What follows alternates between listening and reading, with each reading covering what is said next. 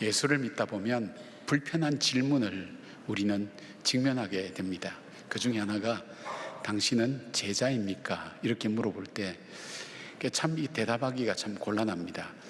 예수님을 따르니까 제자인 것 같긴 같은데 제자라고 말하기에는 뭔가 내 삶에 부족하다는 걸 느끼기 때문에 선뜻 나는 예수님의 제자입니다.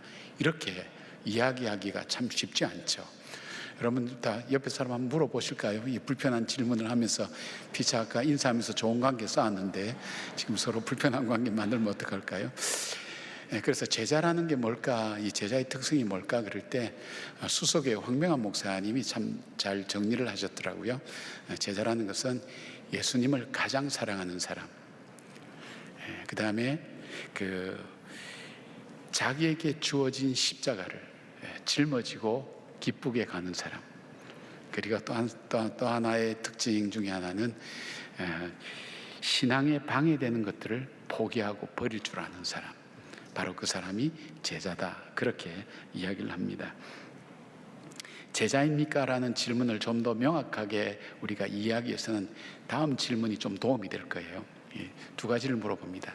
당신은 제자입니까? 무리입니까? 군종입니까? 이 뜻이에요. 제자입니까? 무리입니까? 무리하고 제자는 다르죠. 당신은 회원입니까? 제자입니까? 무슨 위테니스 클럽에 이 소속된 회원이냐, 교회 소속된 회원이냐, 아니면 제자입니까? 그리고 또 하나 있다면 당신은 제자입니까? 예수님의 팬입니까? 그러면 이제 여러분들 속에 나름대로 어느 정도 내가 예수님의 제자인가 아닌가 하는 것을 좀 분별할 거예요. 근데 성경을 보면 우리가 예수를 처음 믿지만 제자로서의 삶을 사는 어떤 계기가 있어요. 그 계기는 우리의 삶에 어떤 변화가 와야 되는데 그 변화를 세 가지 면에서 우리가 살펴볼 수가 있어요.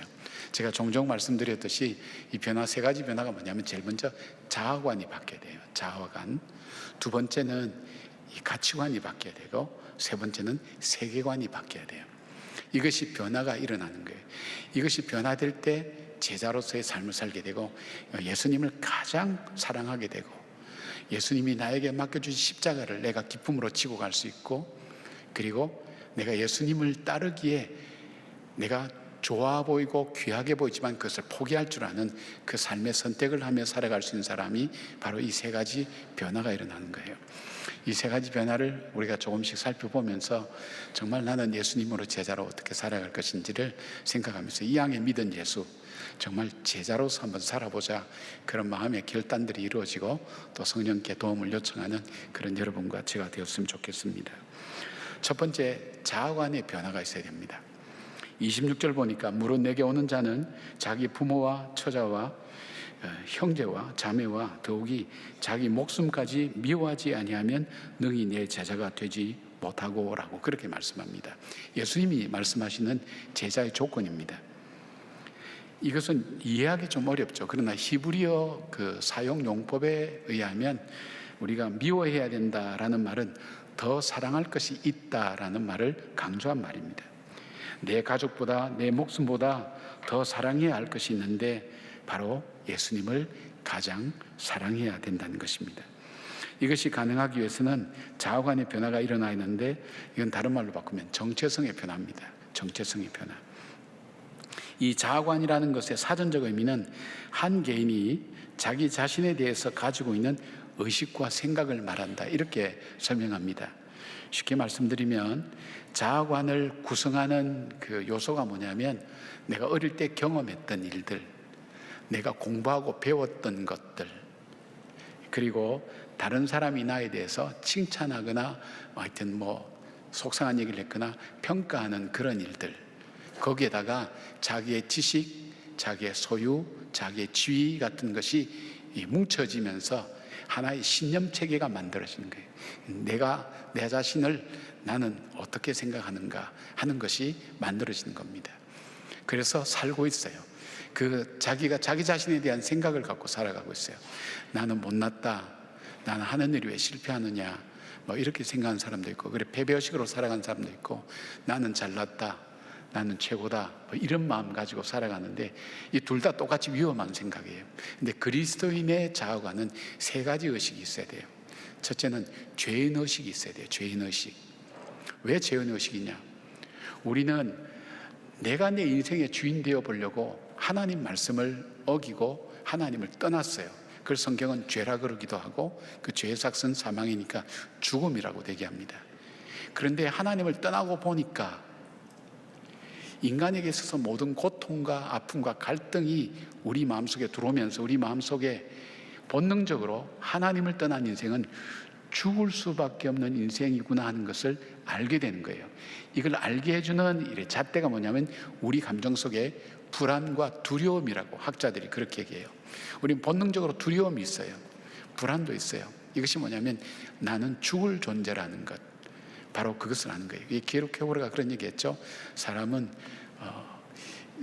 이게 고통이라는 기차를 타고, 제가 지금 지역을 잘 못하는데 하여튼 죽음이라는 종착역, 절망이라는 기차를 타고 고통이라는 터널을 지나서 죽음의 종착역에 도달한다, 그렇게 한 걸로 그렇게 생각되는데, 인생이 그렇단 말이에요.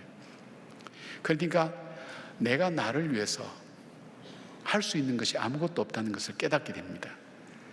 내가 내 인생을 내 마음대로 바꿀 수가 없구나. 내가 내 생각대로 살아갈 수가 없구나. 젊을 때는 힘이 있어서 그런 것 같다고 생각되지만 젊을 때 좌절은 참 무서운 거거든요. 꺾이는 거예요. 더 이상 나에게는 희망이 없구나. 그리고 이 불안과 두려움을 잊기 위해서 사람은 쾌락을 찾고 잊어버리기 위한 어떤 것을 계속 찾다 보면 멸망의 구렁텅이로 점점 빠져나가는 거예요. 죽을 수밖에 없는 존재가 되어 있다는 것. 그러니까 자기 자신에 대해서는 절망하는 거예요. 절망해요. 내가 죄인이구나. 하나님을 떠난 죄인이구나.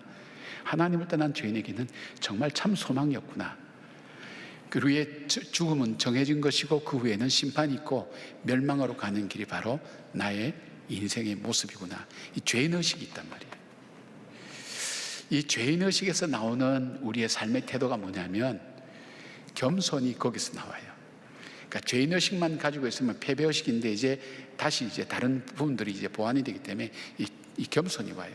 왜냐하면 내가 남을 욕할 것도 없고 정죄할 것도 없고 내가 잘났다고 얘기하지만 그 자랑할 거 없다는 것을 인생이 성숙해가면 자기를 알게 되는 거예요. 절망할 수밖에 없는 나, 이 죄인의식이 우리 속에 있어야 돼요. 겸손하셔야 돼요. 두 번째 필요한 것은 은혜의식이에요. 은혜의식이 뭐냐면 그런 나를 하나님께서 왠지 모르지만 이유도 몰라요. 그거는 하나님 앞에 가서 물어봐야 돼요. 나를 그 자기 아들 독생자 예수 그리스도를 십자가에 못 박아 죽게 함으로 내 죄를 다 씻어주시고 나에게 구원이라는 것을 주셨고 구원을 주셨을 뿐 아니라 나를 하나님의 자녀로 삼아 주셨어요. 그 이유를 몰라요. 하나님의 은혜로 이 쓸데없는 자 왜 구속하여 주는지 나는 알 수 없다. 이것이 우리만의 고민이 아니에요. 모든 사람의 고민이에요. 여기에서 여러분 중에 나는 하나님이 나를 그 아들 죽이면서까지 나를 구원해야 될 나는 그만한 가치가 있는 존재라 그렇게 생각하는 분이 계시냐요? 아마 조금이라도 양심이 있으면 그런 생각은 못할 거예요. 그냥 다른 사람보다 조금 도덕적으로 윤리적으로 나을 수는 있어도 하나님께서 자기 독생자 아들을 죽이면서까지 나를 살려야 될 이유가 나한테 있을까? 그만한 가치가 나에게 있을까? 근데 이것을 하나님께서 하셨단 말이에요. 그걸 받았단 말이에요. 이걸 은혜라 그래요. 은혜. 바울은 이 은혜는 선물이라 그랬어요. 이 구원은 선물이다. 그리고 그 이유는 모른다. 그러나 이유는 하나님께 있다. 그러니까 나 같은 버려진 존재, 내가 나를 구원할 수도 없는 나약한 존재인 나를 하나님께서 그 아들을 통해서 십자가에 못 박아 죽이시고 나를 구원해 주셨다. 왜 그렇게 하셨을까? 이유를 알 수 없어요. 그러나 그 예수 그리스도로 말미암아 내 죄는 사함받고 내가 구원받고 영생함을 얻었단 말이에요. 이 은혜가 우리 마음속에 있단 말이에요. 이 은혜가 있는 사람에게 나타나는 덕목이 뭐냐면 감사입니다. 감사. 가치 없는 나를 구원해 주신 하나님 은혜의 감사. 이 감사가 있는 거예요. 제자들의 삶 속에는 이 죄인의식도 있지만 죄인의식 때문에 겸손해지기도 하지만 그러나 은혜 때문에 감사라는 것이 우리 삶에 나타나는 거예요. 그리고 또 하나가 있어요. 뭐냐면 사명의식이에요. 사명. 정말 가치 없고 보잘것없는 나를, 그 하나님이 자기 아들 죽이면서까지 나를 구원해 주셨을 때는 나에게 뭔가 해야 될 일이 있지 않을까. 그것이 사명이에요. 사명. 나에게는 이 땅에 태어나서 내가 해야 될 일이 있구나. 때로는 남자로 태어나고 여자로 태어나고 가난한 모습으로 태어나고 연약한 모습으로 태어나고 힘든 인생의 짐을 지면서 살아가기도 하지만, 그러나 그럼에도 불구하고 거기에서 내가 하나님께서 나를 살려주신, 구원해 주신 그 일들에 분명히 나는 목적이 있다는 것을 내가 믿는 거예요. 이게 사명의식이에요. 사명의식이 있는 사람은 열정이 있어요. 기도할 때도 열정이 있어요. 신앙생활하는 열정이 있어요. 섬기는 것도, 봉사도 해요. 그냥 왔다 갔다 하는 삶이 아니에요. 목적이 있어요. 여러분, 그래서 우리가 이 신앙생활할 때 내 자아관이 어떤 것인가 하는 것을 잘 확인해 보셔야 돼요. 나는 정말 죄인의식을 가지고 있는가? 죄인의식만 갖고 있으면 우리는 패배자로 살아요.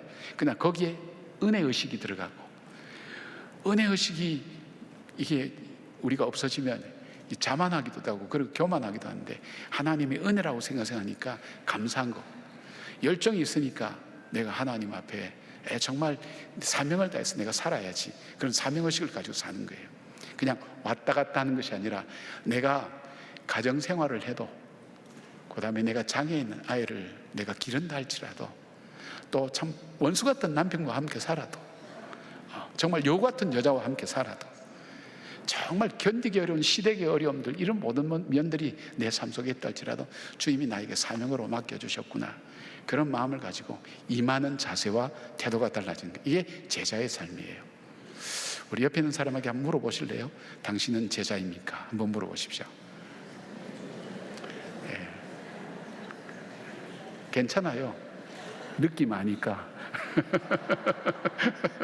왜 물어보지 못하는지 알아요. 네. 여러분, 이제 기준을 알았어요. 두 번째, 예수님이 말씀하신 기준이 뭐냐면 가치관의 변화예요. 27절 보니까 누구든지 자기 십자가를 지고 나를 따르지 않는 자도 능히 내 제자가 되지 못하리라.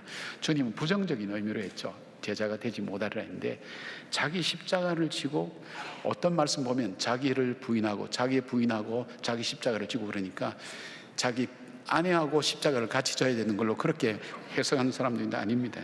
자기를 부인하고 자기 십자가를 지고 나를 따른다. 가치관의 사전적 의미는 무엇이 옳고 좋고 바람직한 것인가를 판단하는 관점이라고 얘기해요. 그러니까 자신의 선택과 행동에 직접적인 영향을 주는 거예요. 여러분들은 예배 시간에 나오신 것이 정말 내가 세상의 다른 어떤 것보다도 나에게 가치 있는 일이라고 생각하셨기 때문에 여러분이 선택하셔서 나온 거예요. 좀 늦게 오신 분들은 좀 가치관이 조금 떨어지죠. 네. 빨리 오신 분들은 한 10분 전에 와서 기도로 준비하고 예배를 하죠. 그게 전부 다 행동, 여러분의 가치관의 차이예요. 가치관의 차이. 이 가치관이 변해야 돼요. 근데 여기 보니까 자기 십자가를 지고 주님을 따르라고 그랬어요. 그러니까 이 십자가를 진다는 것 자체가 사실 굉장히 부담스러운 거예요. 십자가는 내가 지지 않았으면 좋았을 것을, 하고 싶지도 않은 일을 내가 억지로 해야 되는 것, 이것이 일반적으로 십자가라고 그렇게 생각하고 있어요. 그러니까 예수 믿는다는 게 사실 어떻게 보면 되게 힘든 거예요. 힘든 거예요. 그러나 믿음의 눈으로 볼 때 하나님께서 내게 주신 이 십자가가 나에겐 정말 가치가 있고 의미가 있고, 그리고 이것보다 더 소중한 것을 주님께서 갚아주시고 베풀어 주신다는 것을 믿기 때문에 그 십자가를 기쁘게 지고 예수님을 따라가는데, 그래서 이 가치관 이러면, 이 십자가를 지고 간다 이러면 어떤 거냐면, 예수님을 따르기에 치루어야 될 대가를 기쁘게 치르고 선택하며 나가는 사람, 바로 그 사람이 제자라는 거예요. 예수님은 하나님께서 십자가의 길을 가라고 할 때에 가고 싶지 않았어요. 정말 피하고 싶었어요. 그게 어떻게 나타나는가 하면, 겟세마네 동산에서 주님 이 십자가 피하게 해주십시오 하면서 그가 기도할 때에 그 땀방울이 핏방울이 됐다 그랬어요. 학자들에 의하면 이 모세혈관이 터지면서 핏방울이 된다. 신경을 바짝 쓰면 십자가 길 정말 가고 싶지 않은 거예요. 육체적으로 고통스럽고 정신적으로 버림받고 영적으로 하나님과 교제가 단절되고 피하고 싶었던 십자가. 그러나 주님은 그 십자가 길을 가셨어요. 끝내 내 뜻대로 마시고 아버지의 뜻대로 하십시오. 그렇게 했던 이유가 뭐냐? 십자가를 거부하고 피하고 싶은 고통이지만 그럼에도 불구하고 내가 이 십자가를 질 때 하나님의 뜻이 이루어지고 하나님이 영광을 받으시고 뿐만 아니라 주를 따라가는 주의 백성에게 베푸실 하나님의 놀라운 영광을 바라보는 거예요. 그 믿음이 있기 때문에 십자가를 지는 거예요. 히브리서 12장 2절에 이렇게 말씀하고 있어요. 믿음의 주요 또 온전하게 하시는 예수를 바라보자. 그는 그 앞에 있는 기쁨을 위하여 십자가를 참으사 부끄러움을 개의치 아니하시더니 하나님 보좌 우편에 앉으셨느니라. 그렇게 말씀하시면서 예수님을 바라보라고 말씀합니다. 로마서 8장 18절에 생각하건대 현재의 고난은 장차 우리에게 나타날 영광과 비교할 수 없도다라고 말씀합니다. 히브리서 11장 24절부터 26절은 우리가 좀 더 이해하기 쉬운 내용이 나와요. 믿음으로 모세는 장성하여 바로의 공주의 아들이라 칭함받기를 거절하고 도리어 하나님의 백성과 함께 고난받기를 잠시 죄악의 낙을 누리는 것보다 더 좋아하고 그리스도를 위하여 받는 수모를 애굽의 모든 보화보다 더 큰 재물로 여겼으니 이는 상 주심을 바라봅니다. 이 땅에서의 것이 아니라 영원한 하나님 나라에서 주실 주님의 그 더 큰 영광을 바라보기에 오늘 내가 내 삶을 감당해 나가는 거예요. 여러분은 우리가 모두가 십자가를 지고 가요. 육체의 연약함도 십자가고요. 그러나 내가 이것을 기쁘게 지고 갈 때, 그러면서 주를 따르기 위해서 이 십자가를 지고 갈 때 주님께서는 영광을 받으시고 또 분명히 갚아주실 그 주님을 믿는 그 믿음이 있기에 이것이 더 가치 있는 일이라고 선택하고 하는 거예요. 섬기고 봉사하는 거예요. 구제하는 거예요. 사랑하는 거예요. 이 가치관의 변화가 우리 속에 일어나야 되는 것입니다. 세 번째 변화는 오늘 이 말씀을 좀 드릴 것 같아요. 세계관의 변화가 있어야 돼요. 세계관이라는 건 지난번에 말씀드렸죠. 안경을 끼는 것과 똑같아요. 내가 노란색 안경을 끼면 세상이 다 노랗게 보여요. 빨간색 안경을 끼면 세상이 다 빨갛게 보여요. 그러니까 내가 세상을 바라볼 때 어떤 관점으로 바라보느냐가 중요한 거예요. 본문에는 제자의 삶을 사는 것은 전쟁을 치르는 것으로 비유했죠. 이게 참 중요하다는 거예요. 우리 삶에서 일어나는 현실적인 갈등이 바로 이 세계관의 차이에서 일어나는 거예요. 성경적 세계관은 우리가 쉽게 말씀드리면 하나님께서 태초에 천지를 창조하셨고 자기의 형상대로 우리를 만드셨고 그리고 우리에게 목적과 창조 어떤 목적이 있다는 것이 우리에게 있다는 걸 믿는 거예요. 우리는 그걸 믿는 거예요. 하나님이 세상을 창조하셨다. 하나님이 하나님 형상으로 나를 만드셨다. 그리고 우리는 우리의 인생의 기준은 절대 근거인 하나님 말씀이다. 근데 이제 다른 세계관이 있어요. 그 두 개 큰 세계관인데 인본주의 세계관이라고도 하고 자연주의 세계관이라고 하는 무신론적 세계관이 유물론을 낳았죠. 이들은 세상은 우연히 만들어졌다 그래요.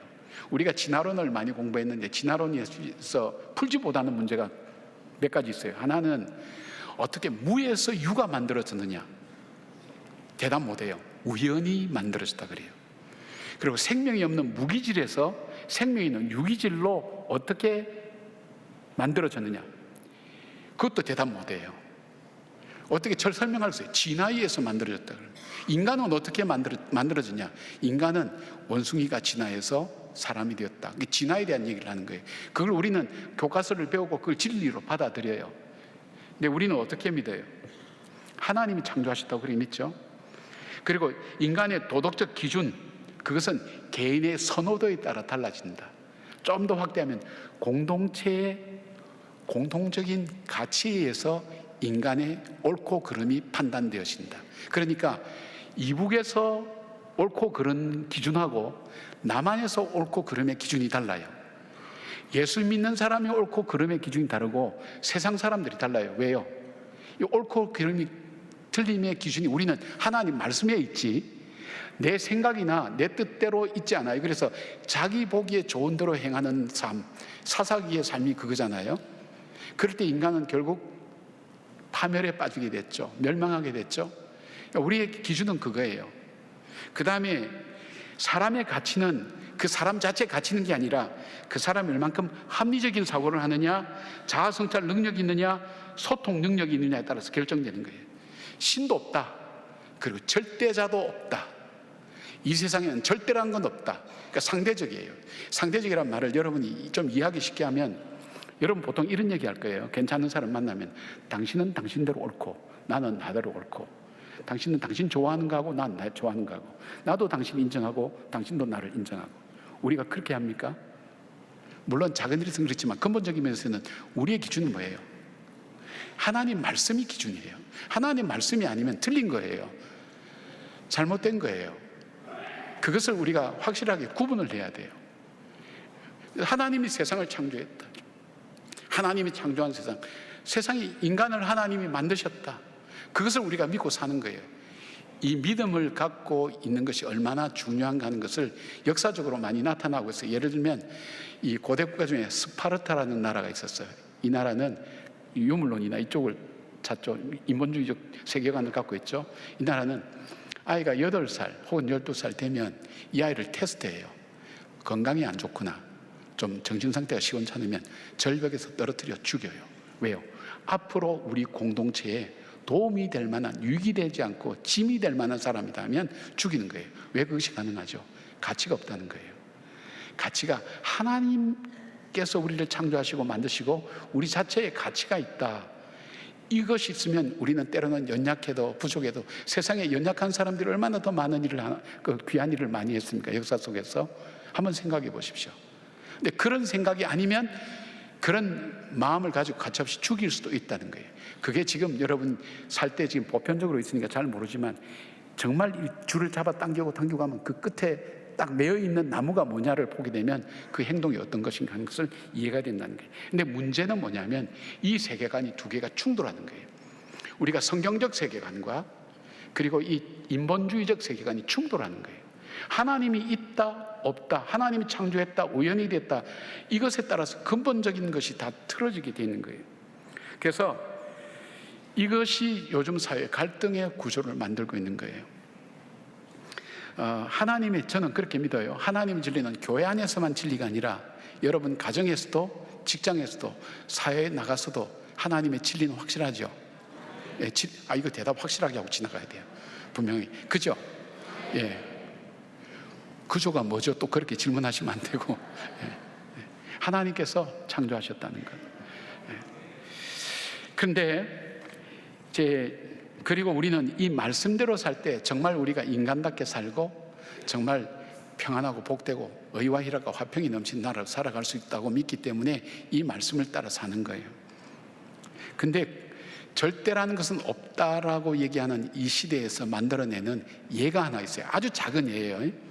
뭐냐면 하나님은 한 남자와 한 여자를 창조하시고 가정을 이루어 살며 생육하고 번성하라고 축복해 주셨죠. 이것을 진리로 믿고 하나님 말씀대로 살 때에 인간은 인간답게 살 수 있으며 참된 복을 누릴 수 있다고 그렇게 믿죠. 근데 지금 우리 현실 속에서 한 남자와 한 여자가 결혼해서 가정을 이루어야 하는 것은 절대적이 아니다, 그렇게 얘기해요. 여러분, 이 상황 되는데 어떻게 우리가 이것을 할 것인가? 사람들은 그리스도인까지도요, 인권과 평등이라는 포장에 분별하지 못하고 옳은 것으로 받아들이고 있어요. 이것이 무너질 때 개인의 삶도 무너져요.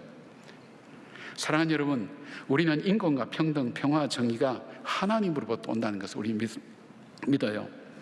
우리 일상이 심지어는 고난과 시련까지도 하나님의 뜻과 목적이 있다고 받아들이기 때문에 시련 가운데서도 우리는 인내할 수 있고, 때로는 불이익과 어려움 가운데서 감당하면서 거기서 묵묵히 자기의 자리를 지키며 그리스도인으로 살아가는 삶이 바로 우리에게는 그런 이 세계관이 있기 때문에 그런 거예요.